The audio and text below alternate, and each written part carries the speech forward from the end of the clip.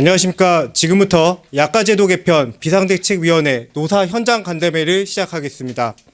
먼저 오늘 이 자리가 의약품 생산의 최일선에서 들려주는 절박한 우려의 목소리가 정부와 사회에 정확히 전달되는 출발점이 되기를 바랍니다.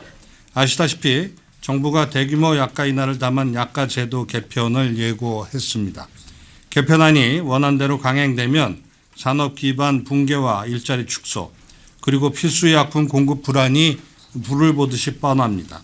중소, 중견, 제약기업들이 밀집한 이곳 향남은 경영 환경의 급격한 변화로 인해 고용 불안과 지역 경제의 위축으로 이어질 수 있다는 점에서 그 우려가 더욱 크다고 하겠습니다. 특히 국민 생명과 직결된 필수의약품과 국산 전문의약품의 생산이 위축된다면 우리는 결국 고가 수입 의약품에 대한 의존이라는 위험한 선택을 강요받게 될 것입니다. 향남제약단지는 대한민국 최대 규모의 의약품 생산 거점입니다. 바로 그 자리에 기업 대표와 우리 노동자가 한마음 한뜻으로 모였습니다.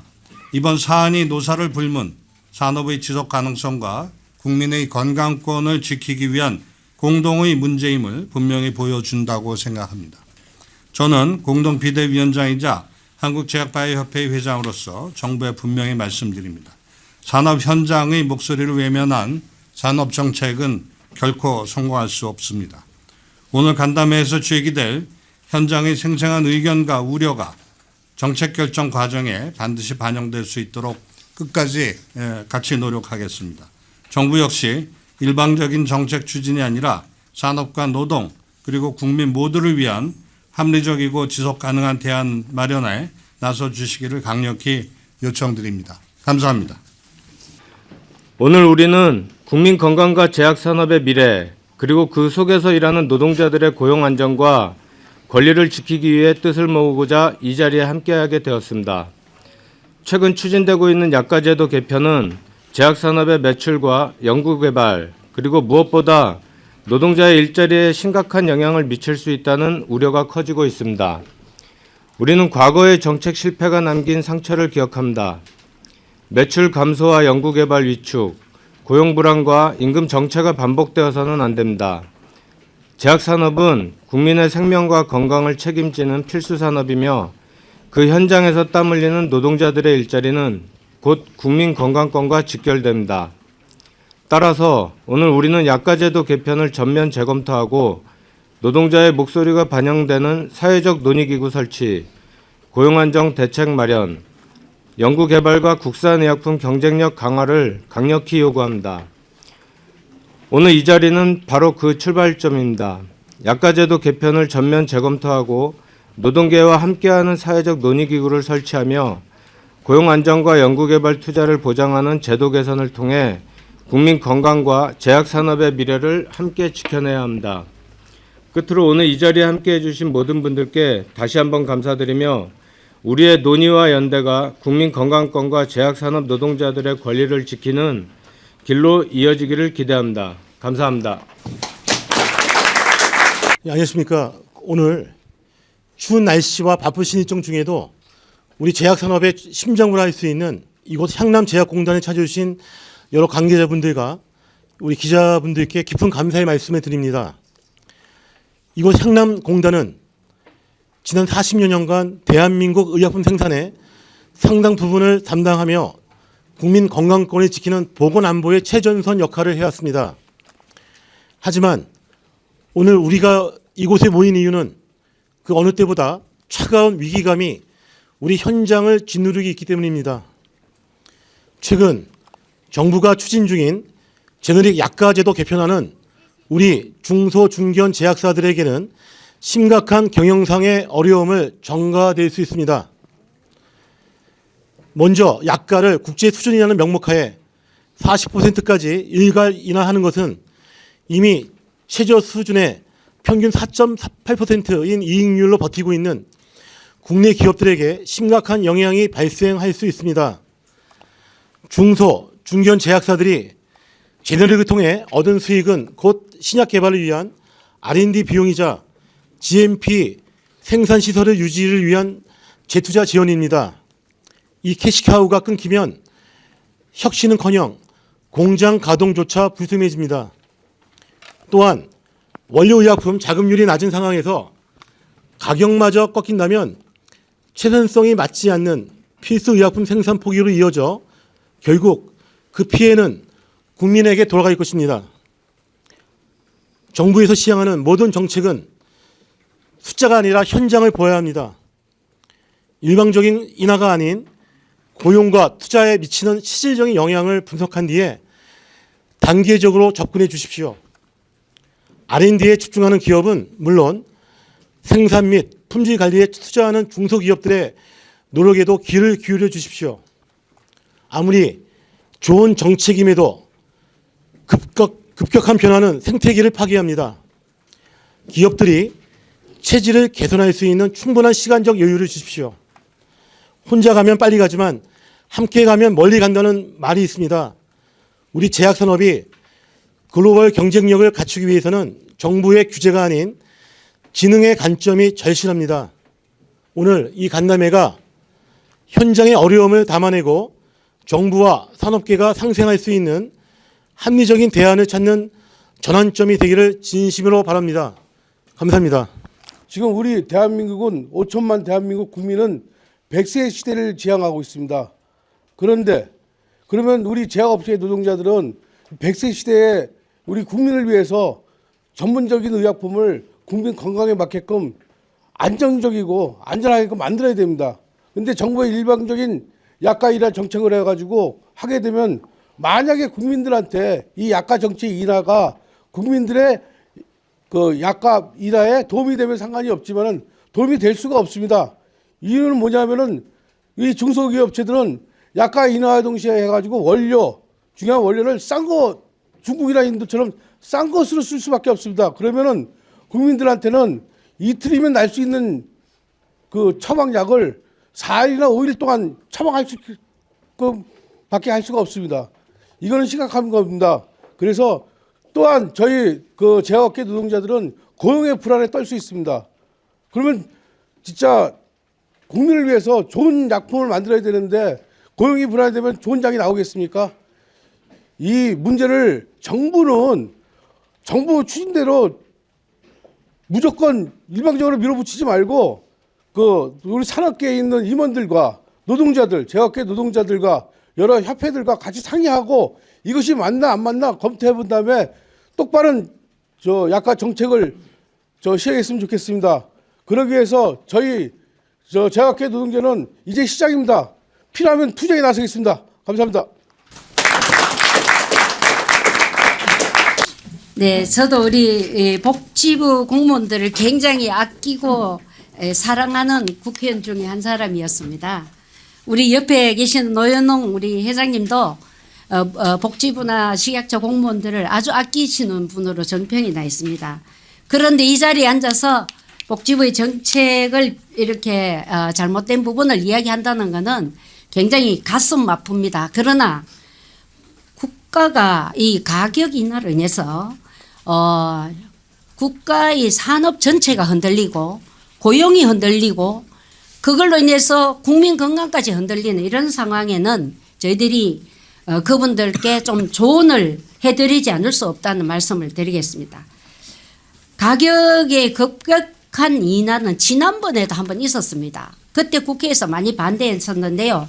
그 일이 일어나고 나서 필수 원료가 없어지고 필수 의약품이 품귀 현상이 일어나는 사태가 발생했었습니다. 그걸로 인해서 굉장히 우리 국민들은 국산 싼 약을 못 쓰고 비싼 외국제 약을 쓰게 되는 이런 일들이 있었다는 말씀을 좀 드리고 가격 인하는 전문가 산업계와 조율해서 점진적으로 결정해야 된다는 말씀을 먼저 드리겠습니다. 정부는 높은 제네릭 약가로 인해서 국내 산업계는 신약보다 제네릭에 집중했다. 그래서 약가 인하를 한다라고 하지만 실제 이 접근이 잘못됐습니다. 왜 5년간 등재된 240개 신약 중에 국내 개발 신약이 13배밖에 없을까요? 그것은 제네릭으로 그 이익이 남는 것만으로도 신약 개발하기에는 국내 제약들이 힘이 딸린다는 겁니다. 그리고 국내 제약들이 우수한 앞서가는 제약들도 보면 제네릭 비중이 어느 정도 적게 되는 것 같이 보이지만 실제로 다 다국적 회사 약들로 채워져 있고 제네릭을 실제 자기네 회사가 신약 개발한 거는 몇 개가 안 됩니다. 그렇게 치면 제네릭 비중이 엄청나게 큰 거예요. 다국적 회사 약들은 이익을 크게 못 남기고 있습니다. 제네릭에서 팔아서 신약을 개발하고 있는 겁니다. 그 신약 개발하는 회사들 이야기를 들어보니까 정부가 임상 1상, 2상은 지원하지 않는데요. 3상이 돼야 지원한다는데 3상을 자기 힘으로 직접 할 수 있는 제약회사가 몇 개가 됩니까? 거의 없습니다. 다 다국적 회사가 손잡고 해야 되고 여기에도 약가를 또 많이 후려쳐서 새로 난 신약으로도 그 이익을 보기가 너무 힘든다는 겁니다. 오히려 정부는 이런 제네릭 때문에 마치 보험약가가 잘못됐다는 이런 식으로 접근하는 것이 아니고 정부가 발표해야 되는 것은 K-바이오 산업이 활성화되면 일자리가 창출되고 그렇기 때문에 반도체보다 10배가 넘는 이 산업을 우리가 활성화하기 위해서 세제 지원을 해야 되겠다. 이런 발표를 해야 되고 두 번째는 임상을 할 때 신약 개발할 때 임상 1상 2상부터 1상부터 시작해서 우리가 지원을 하겠다는 발표를 해야 되고 그리고 이 신약 개발이 되어도 이 가격을 그렇게 후려치지 않는다고 했는데 실제로는 지금 가격을 그 돼 있는 대로 제대로 못 받고 있는 것을 지원해야 됩니다. 또 한 가지는 제가 국회에서 이렇게 살펴보면 R&D 예산을 주는데 R&D 예산을 제대로 못 씁니다. R&D 예산도 카드를 어떻게 쓰라 이래서 뭐 의심을 해가지고 거의 제대로 쓸 수 있는 R&D 예산도 없을 뿐만 아니라 R&D 예산 자체도 굉장히 적습니다. 미국의 그 세피 같은 경우에도 이번에 저희들 코로나 때도 보면 묻지 않고 그대로 줍니다. 너희들이 실패했을 때는 실패한 대로 보고해라. 왜? 실패율이 사실 더 많은 거 아닙니까? 지금 R&D 하는 많은 회사들이 한 50개 정도 중에 한 개만 성공한다는 거 아닙니까? 그러면 이 40개의 소모되는 돈은 뭐로 지탱을 하고 뭐로 직원들을 합니까? 돈 없는데 어떻게 직원을 고용하고 돈 없는데 어떻게 회사를 발전시키겠습니까? 기껏해서 국내 제약들은 정말 가슴 아프게도 제네릭으로 하고 있습니다. 그런데 제네릭이 나쁜 약입니까? 아닙니다. 제네릭을 통해서 우리 국민들은 보험 약화를 싸게 우리 국민들에게 좋은 약을 할 수 있습니다. 우리 제네릭도 이제는 생동성 시험을 거쳤기 때문에 K-바이오가 생산하는 제네릭은 해외에서도 굉장한 인기를 갖고 있습니다. 인도나 중국 같은 데도 제네릭을 양성을 해서 그 국가의 자기네들 바이오 산업의 근간을 가지고 있습니다. 그렇기 때문에 일부 제네릭 중에 약가의 혼동을 주는 것은 다른 방법으로 잡아야 되지 그 사람들을 잡겠다고 이렇게 하는 것은 저 빈대 잡으려다 초과상관을 태울 수밖에 없다. 저는 이렇게 생각하면서 우리 복지부에서 좀 더 한 번 더 이것을 전문가들의 얘기를 듣고 또 산업계 이야기를 현장을 들으면서 반영을 제대로 해야 된다. 그렇게 했을 때 우리 K-바이오 산업이 정말 우리가 원하는 대로 갈 수 있다. 그래서 저는 정부가 지금 발표해놓은 안을 제가 다 둘러봤습니다. 둘러봤는데 실제 그 전에 되어 있는 내용으로라도 지원을 해줬으면 굉장히 잘 되는데 우리나라에서 신약 하나 등재하기도 힘듭니다. 이런 시스템을 다 바꾸어서 신약도 잘 등재되고 잘 클 수 있도록 지원하는 것이 오히려 바람직하지 제네릭의 이익을 가지고 겨우 숨을 헐떡거리면서 신약을 개발하는 국내 제약 산업을 이거는 짓밟는 행위밖에 안 된다. 이것을 한 번 더 제고하시고 또 의논하시라 하는 이야기를 드리면서 저는 항남 우리 단지에 있는 분들의 고용뿐만 아니라 전국에 있는 제약 산업에 있는 고용들이 좀 더 우리 K바이오 산업이 잘 돼서 더 활성화돼서 바이오 산업으로 인해서 우리나라 고용 창출이 활성화되고 잘 되는 그런 것을 복지부가 뒷받침할 수 있는 계기가 되기를 바라면서 인사에 가름하겠습니다. 그 복잡한 약가제도지만 간략히 개편의 주요 요지 그리고 파급 효과와 비대위 대응 경과에 대해서 말씀드리겠습니다. 이쪽에 정부 약가제도 개편 추진 경과입니다. 작년 8월 정부의 국정과제에 약가 산정체계 개선 및 주기적인 약가 조정체계 마련 내용이 포함되었습니다. 그리고 그해 11월 18일 보건복지부 건강보험정책국장과 한국제약바이오협회 이사사 간담회에서 약가제도 개편안의 대략적인 얼개가 공개되었습니다. 이에 11월 24일 제약바이오 산업계의 공동 대응이 필요하다는 판단하에 산업 발전을 위한 약가제도 비상대책위원회가 출범하였습니다. 11월 28일 복지부는 약가제도 개편안을 건강보험정책심의위원회에 보고하였습니다. 보고 내용을 보면 2월 말 건정심 의결 후 7월부터 시행을 예고하고 있습니다. 약가제도 개편안의 비전은 국민건강권 보장성을 높이고 산업의 혁신 성과 창출을 가속하겠다는 것입니다. 세 가지 목표가 있는데 혁신 생태계 안착, 필수약품의 공급체계 안정화 및 보건안보 역량 제고, 체계적이고 합리적인 약가제도 확립입니다. 약가제도 개선 방안의 개요입니다. 특히 국내 제약산업과 관련된 부분은 세 번째인 약가관리 합리화 부분입니다. 산정 기준을 개편하고 기존의 약가 사후관리 인하 제도를 정비할 것이며 주기적인 약가를 평가하고 조정하겠다는 내용이 포함되어 있습니다. 3쪽입니다. 약가 산정 기준 개편의 골자는 개선안 1번에서 보듯이 새로 등재되는 제네릭 및 특허 만료 의약품의 약가 산정률을 현재 오리지널 대비 53.55%에서 최종 40%대로 낮추겠다는 것입니다. 기등재 약재의 약가도 40%대 수준으로 순차적으로 조정할 예정입니다. 일단 대상은 12년 4월 일괄 약가 인하 이후 등재된 약 6천여 개 품목이 될 것으로 보입니다. 단 안정적 수급이 필요한 퇴장 방지와 단독 등재, 기초 수액, 산소 등은 제외됩니다.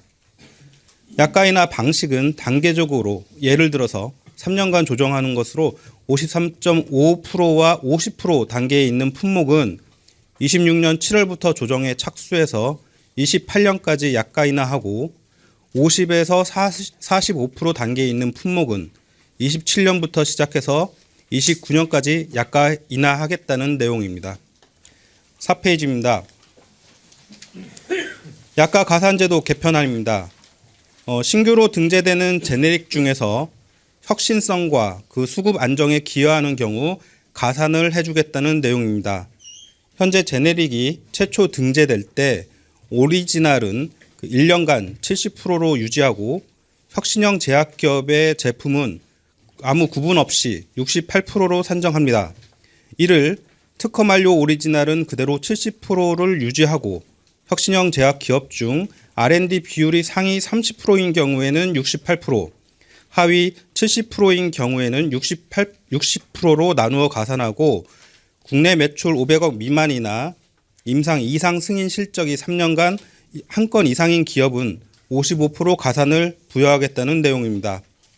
하단에 보시면 가산 기간은 최초 제네릭 진입 시 1년, 공급 회사가 3개 이하인 경우 플러스 2년, 그리고 약평의에서 특별심의에서 2년까지 지금은 최대 5년을 부여했었는데 변경안은 특허 만료 의약품은 3년, 혁신형 등 가산 대상 의약품은 3년 플러스 알파로 변경할 예정입니다. 5페이지입니다. 개편안 강행에 따른 파급 효과를 일자리와 공급망 중심으로 말씀드리겠습니다. 기등제약품 2만 1,000개의 약가 인하 시 최대 3조 6천억 원의 피해가 예상됩니다.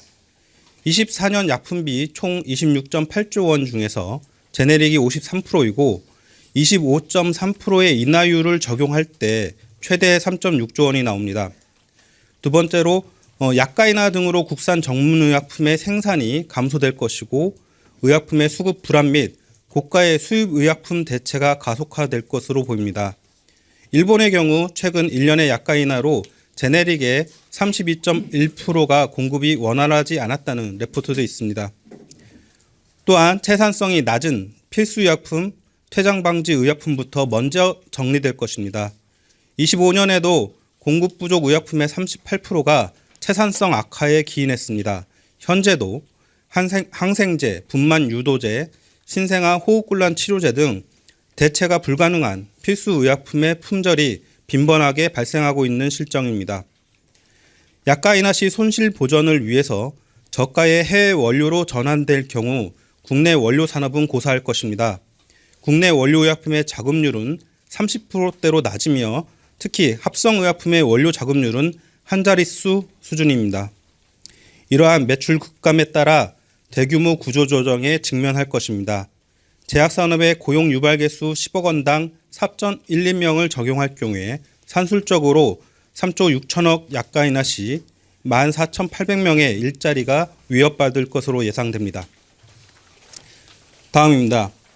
이러한 약가제도 개편에 대응하기 위한 비상대책위원회의 대응 경과 보고드리겠습니다. 25년 11월 24일 한국제약바이오협회 노현홍 회장, 윤홍섭 이사장 공동위원장으로 비상대책위원회가 출범하였습니다.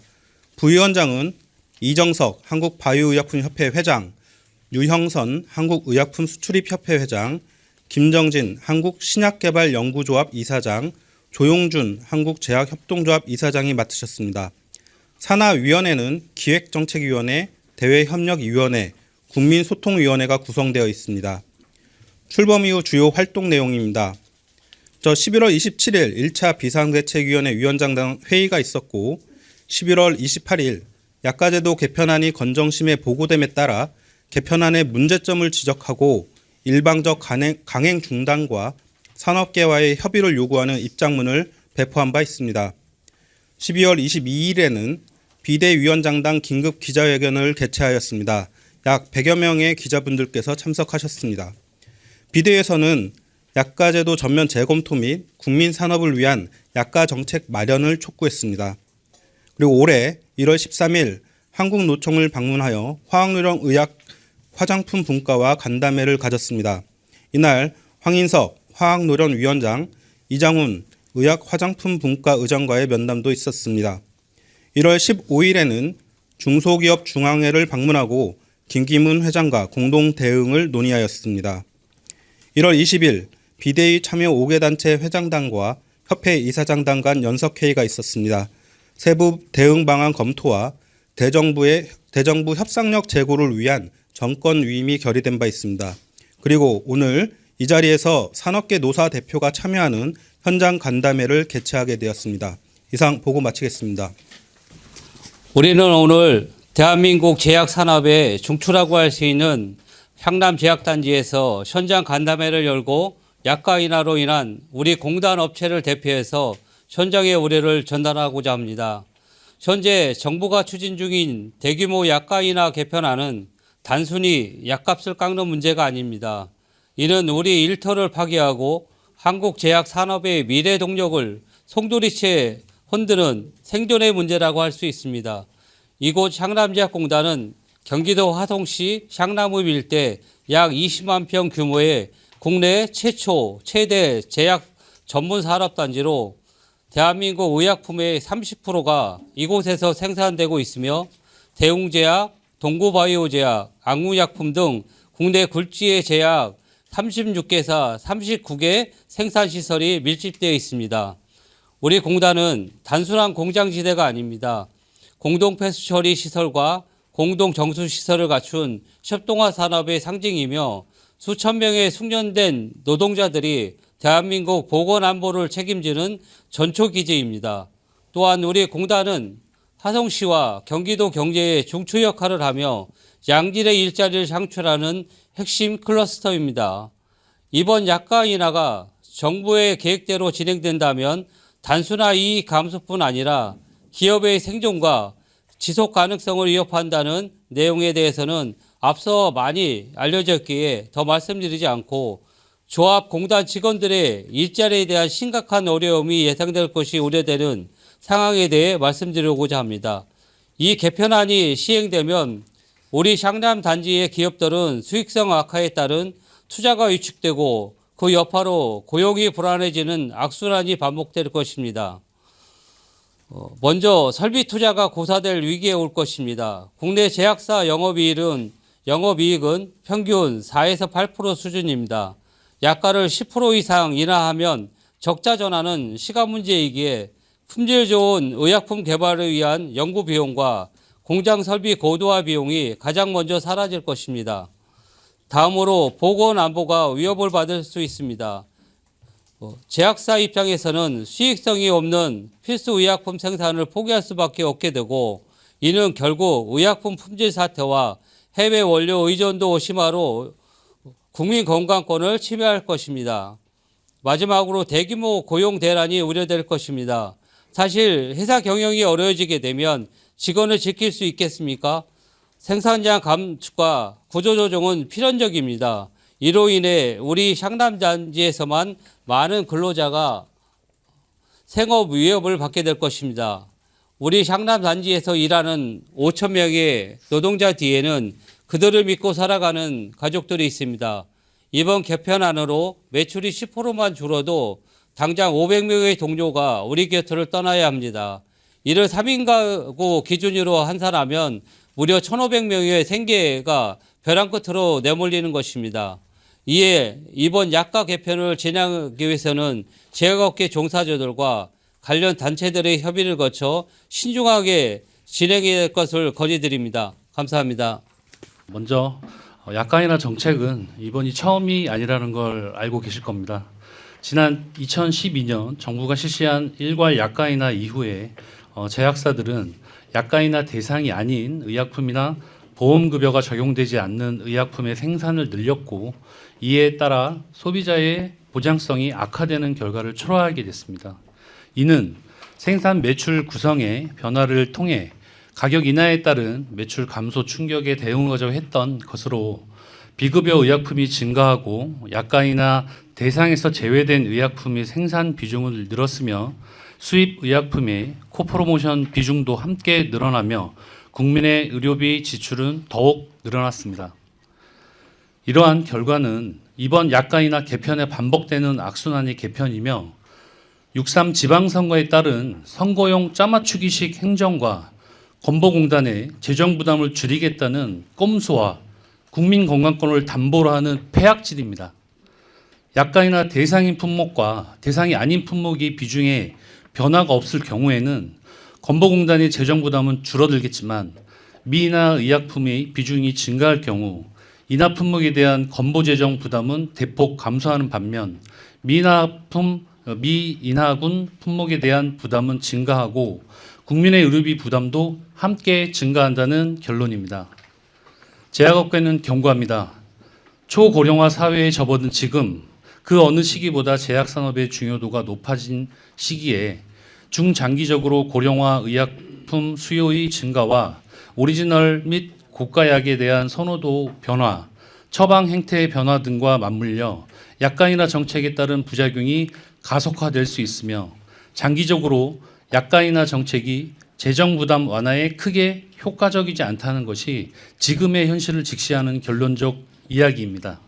이전 약가인하 정책의 실패를 반복하는 결과가 악순환된다는 것입니다. 정부는 선순환 생태계를 만들겠다고 말하지만 제약산업의 돈줄은 끊어놓고 R&D에 더 투자하라는 식으로 앞뒤가 맞지 않는 양면성을 보이고 있습니다. 제약업계는 또다시 제약산업의 생존 압박이 올 수 있으며 이는 제약산업 위축과 더불어 R&D 투자 위축, 고용 불안, 국민의 건강권 악화 등 악순환 생태계를 만드는 것입니다. 대규모 약가 인하 정책은 기업의 수익 악화를 초래하고 이로 말미암아 인원 감축과 인건비 절감으로 표출되어 고용 불안의 구조조정과 비정규직 양산으로 인해 묵묵히 제약산업 발전에 이바지하고 있는 노동자와 그 가족의 행복을 무참히 짓밟는 행태이며 그로 하여금 노동자와 그 가족을 거리로 내모는 사형 선고와도 같다고 할 것입니다.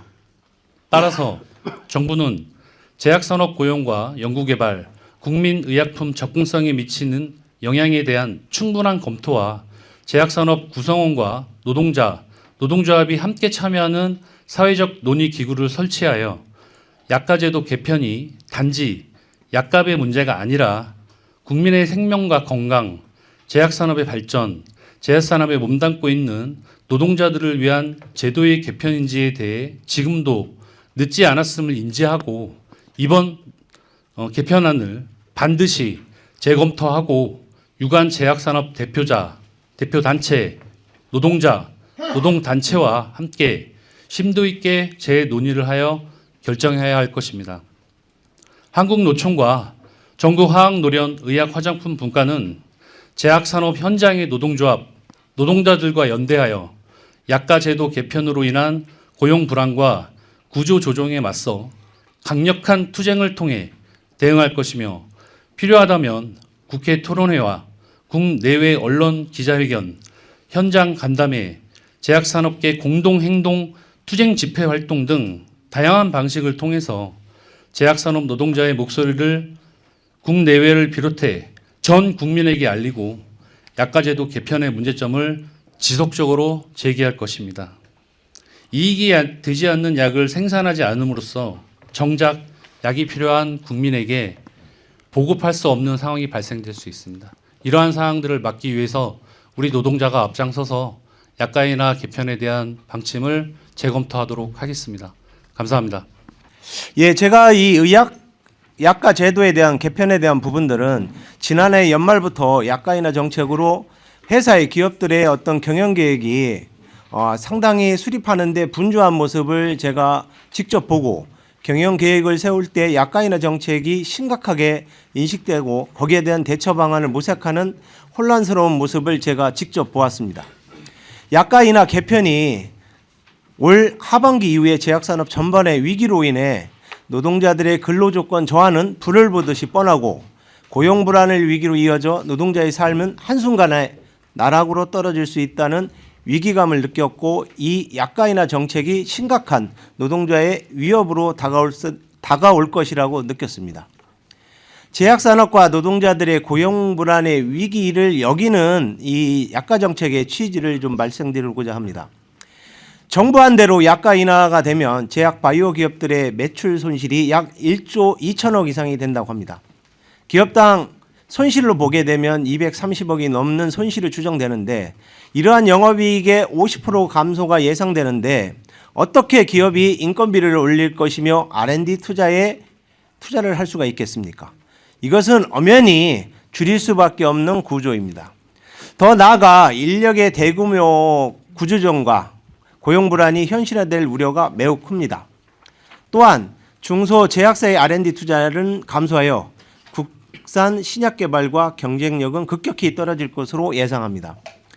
제약산업 노동자에게 미치는 영향으로는 제약산업이 정규직이 비정규직으로 간접 고용은 해고로 이어질 것이고 우선적으로 인력 감축은 계속될 것으로 예상됩니다. 또한 연구개발이라든가 GMP 설부 투자는 축소로 이어져 신규 채용은 중단되고 청년 일자리나 제약산업의 양질의 일자리를 위축으로 이어질 거라고 생각을 하고요. 결국 제약산업 전체의 고용 안정성이 크게 흔들리고 장기적으로는 제약산업 기반 자체가 약화될 것이라고 생각합니다. 좀 전에 우리 전혜숙 전 위원님께서 이야기하시는 것을 제가 마음으로 와닿았던 부분들이 있습니다. 저희 회사의 어떤 사례를 좀 비추어 보면 저희 회사의 대표께서 어떤 결단과 모든 임직원들의 어떤 R&D 투자를 통해서 제약사의 글로벌의 경쟁력을 키우고 또한 미래의 먹거리 창출을 위해 힘들고 어렵지만 어려운 과정 속에서 매출액 대비 20%에 가까이 되는 과감한 R&D 투자를 도전하였습니다. 지속적인 회사의 자금의 어떠한 유동성의 한계로 인해서 결국은 많은 직원들이 희망퇴직을 통해서 구조조정을 실시하는 아픔을 겪고 있는 그런 조직이기도 합니다. 현 정부의 약가이나 정책은 현실과 동떨어진 정책으로 기업이 준비되지 않은 상황에서의 어떤 강제성, 감당할 수 없는 위기는 곧바로 우리 노동자들의 고용 불안을 이야기할 수밖에 없다는 절박함을 가질 수 없기 때문에 제약산업 노동자들은 아까 우리 분과의 책임자들이 이야기했듯이 한국노총과 연맹, 제약 노동자들이 한마음 한뜻으로 정부의 일괄적인 양가 인하 정책에 반대해 왔으며 앞으로 전면 재검토를 요구하는 바입니다. 약가 제도의 개편은 단순한 약값의 문제가 아니라 또한 정치적 논리와 건보 재정의 건전성을 내세워 국민의 생명, 건강과 제약산업의 붕괴 등 노동자들의 일자리가 걸린 중대한 사항입니다. 이것은 정부의 일방적인 추진이 아니라 사회적 의제로서 다뤄야 된다고 생각합니다. 정부와 국회가 제약산업의 노동자의 고용 안정과 국민의 건강권을 생각한다면 앞으로 약가 인하의 부분을 재검토를 통해서 전문가들의 조언을 구해야 된다고 생각합니다. 저희 노동자들은 정부의 약가 인하 정책에 몇 가지 요구하는 부분들이 있습니다. 고용, 연구개발, 국민의약품 접근성에 미치는 영향을 종합적으로 재분석하고 추진과 과거와 같은 대규모 구조조정 사태가 반복되지 않도록 약가제도 전면 재검토 속도 조절을 요구하는 바입니다. 또한 제약산업 노동자, 정부, 국회, 경영계 전문가와 함께 참여하는 노사정 합의기구를 구성해 약가제도 개편과 제약산업 구조 변화를 사회적 논의기구를 설치해야 된다고 생각합니다. 약가 인하로 인한 해고, 구조조정 방지 장치와 고용유지 의무, 비정규직을 정규직으로 전환하는 등 노동 고용 안정 대책 보장 방안이 선제적으로 함께 마련되어야 된다고 생각합니다. 단순한 약값 인하의 문제가 아니라 연구 개발의 투자와 양질의 일자리 창출, 기여하는 기업에 대한 인센티브 등 산업 보건, 노동의 정책의 국산 의약품 경쟁적 과거와 결합된 방향으로 약가 제도가 재설계되어야 된다는 것이 노동계의 의견입니다. 앞으로 이러한 과정에서 우리의 목소리가 정부와 추진하는 단체에 전달될 수 있게끔 우리 의학 화장품 분과의 대표자들은 회의를 통해서 앞으로 적극적으로 행동으로 실천하겠다는 의지를 다시 한번 이 자리에서 밝히는 바입니다. 예, 감사합니다. 최근 정부가 발표한 약가제도 개편안은 건강보험 재정 건전성을 위한 조치이지만 제네릭 의존도가 높은 국내 중소, 중견 제약사에게는 수익성 쇼크로 다가오고 있습니다. 이번 개편안이 시행될 경우 중소, 중견 제약사에 미치는 영향이 많을 것으로 생각됩니다. 먼저 생존을 위한 최소한의 수익 구조가 붕괴됩니다. 국내 제약기업의 평균 영업이익률은 4%대에 불과합니다. 이런 상황에서 매출의 10% 이상이 증발하는 약가 인하가 강행된다면 중소기업들은 설비 투자와 품질 관리를 위한 고정비조차 감당할 수 없게 됩니다. 이는 결국 도산으로 이어질 것이고 미래를 위한 R&D 동력이 완전히 상실될 것입니다. 정부는 혁신 신약 중심의 생태계를 강조하지만 신약 개발을 위한 막대한 자금은 결국 제네릭 수익을 통해 마련됩니다. 수익성이 악화된 상황에서 어느 중소기업이 불확실한 미래를 위해 연구 개발에 투자를 할 수 있겠습니까? 이번 조치는 제약 강국으로 가려는 발걸음을 스스로 멈추게 하는 것입니다. 다음으로 보건 안보가 흔들리고 양질의 일자리가 사라집니다. 우리 중소제약사들은 전국의 생산 현장에서 정규직 비중 95%에 달하는 양질의 일자리를 제공하고 있습니다. 매출 감소는 필연적으로 인력 감축과 지역 경제 침체로 이어집니다. 또한 채산성 악화로 필수 의약품 생산을 포기하게 되면 그 피해는 고스란히 의약품 공급 중단이라는 재앙으로 국민에게 돌아갈 것입니다. 정부는 혁신형 제약기업이나 R&D 비중이 높은 기업에 가산 혜택을 주겠다고 하지만 자금력이 부족한 중소기업이 이 기준을 맞추기는 쉽지 않습니다. 제약산업은 규제의 대상이기 이전에 국가의 미래 먹거리이자 보건안보의 핵심입니다. 산업의 현실을 외면한 일방적인 약가 인하 계획을 무리하게 추진하기 전에 기업의 예측 가능한 경영을 할 수 있도록 업계와 소통하는 합리적인 대안을 마련해 주시길 간곡히 부탁드립니다. 감사합니다. 호소문 낭독하겠습니다. 의약품 생산 최전선에서 드리는 호소문. 우리는 오늘 대한민국 의약품 생산의 최전선에서 정부의 약가제도 개편안에 대한 깊은 우려와 함께 벼랑 끝에 선 심정으로 간곡히 호소드립니다. 대규모 약가 인하 등 정부 개편안이 이대로 강행될 경우 국내 제약산업의 사실상 붕괴는 물론 국민의 건강과 생명마저 극히 위태롭게 하는 치명적 결과를 초래하게 될 것입니다. 이곳 향남제약공단은 국내 최초이자 최대 규모의 의약품 생산 클러스터로 고도의 숙련도를 갖춘 GMP 전문 인력과 시설이 집적된 핵심 제조 거점입니다. 급격하고도 전례 없는 규모의 약가 인하가 그대로 시행된다면 향남제약공단 입주 기업들을 비롯한 국내 제약산업에 피해가 집중되어 최대 3조 6천억 원의 손실이 불가피합니다. 의약품 품질 혁신을 위한 설비 투자와 인프라 개선, 연구 개발은 멈춰설 수밖에 없습니다. 투자의 전면적 중단은 물론 생산, 연구, 품질 관리 등 국내 제약산업 전 부분에서 일자리 감축 사태도 빚어질 것입니다. 산업 전체 종사자 12만 명 중 10% 이상의 실직이 불가피한 것으로 예상되며 생산 라인 축소나 폐쇄 등이 잇따를 수밖에 없습니다. 특히 수익성이 낮은 필수의약품과 국산 전문의약품 생산의 위축은 결국 고가의 수입 의약품에 대한 의존도를 높여 국민의 건강과 생명에 심각한 문제를 초래할 것입니다. 정부가 추진하는 대규모 약가 인하는 국내 산업의 미래에 대한 포기 선언이자 고용 안정 시대의 요구에 역행하며 국민 건강 안정만을 무너뜨리기에 절대로 용납되어서는 안 됩니다. 산업 현장의 절박한 호소와 경고를 외면한 정부 정책은 결국 의약품 공급 불안과 산업 경쟁력 상실로 이어질 것이 명확합니다. 약가제도 개편 비대위 참여 5개 단체 회원기업 노사 대표들은 우리 국민의 건강, 우리의 산업과 소중한 일터를 반드시 지키겠다는 결연한 심정으로 정부에 아래와 같이 촉구합니다. 하나, 일방적인 약가 인하 추진을 즉각 중단하라. 하나, 국내 제약산업의 고용 안정을 보장하라. 하나, 보호하는 책임지는 국내 제약산업을 적극 육성하라. 2026년 1월 22일 비상대책위원회 노사 현장 간담회 참석자 일동.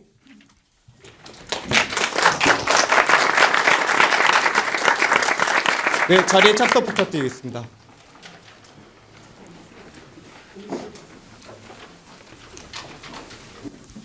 네, 이것으로 약가제도 개편 비상대책위원회 노사 현장 간담회를 마치겠습니다. 오늘 참석해 주셔서 감사드립니다. 네, 감사합니다.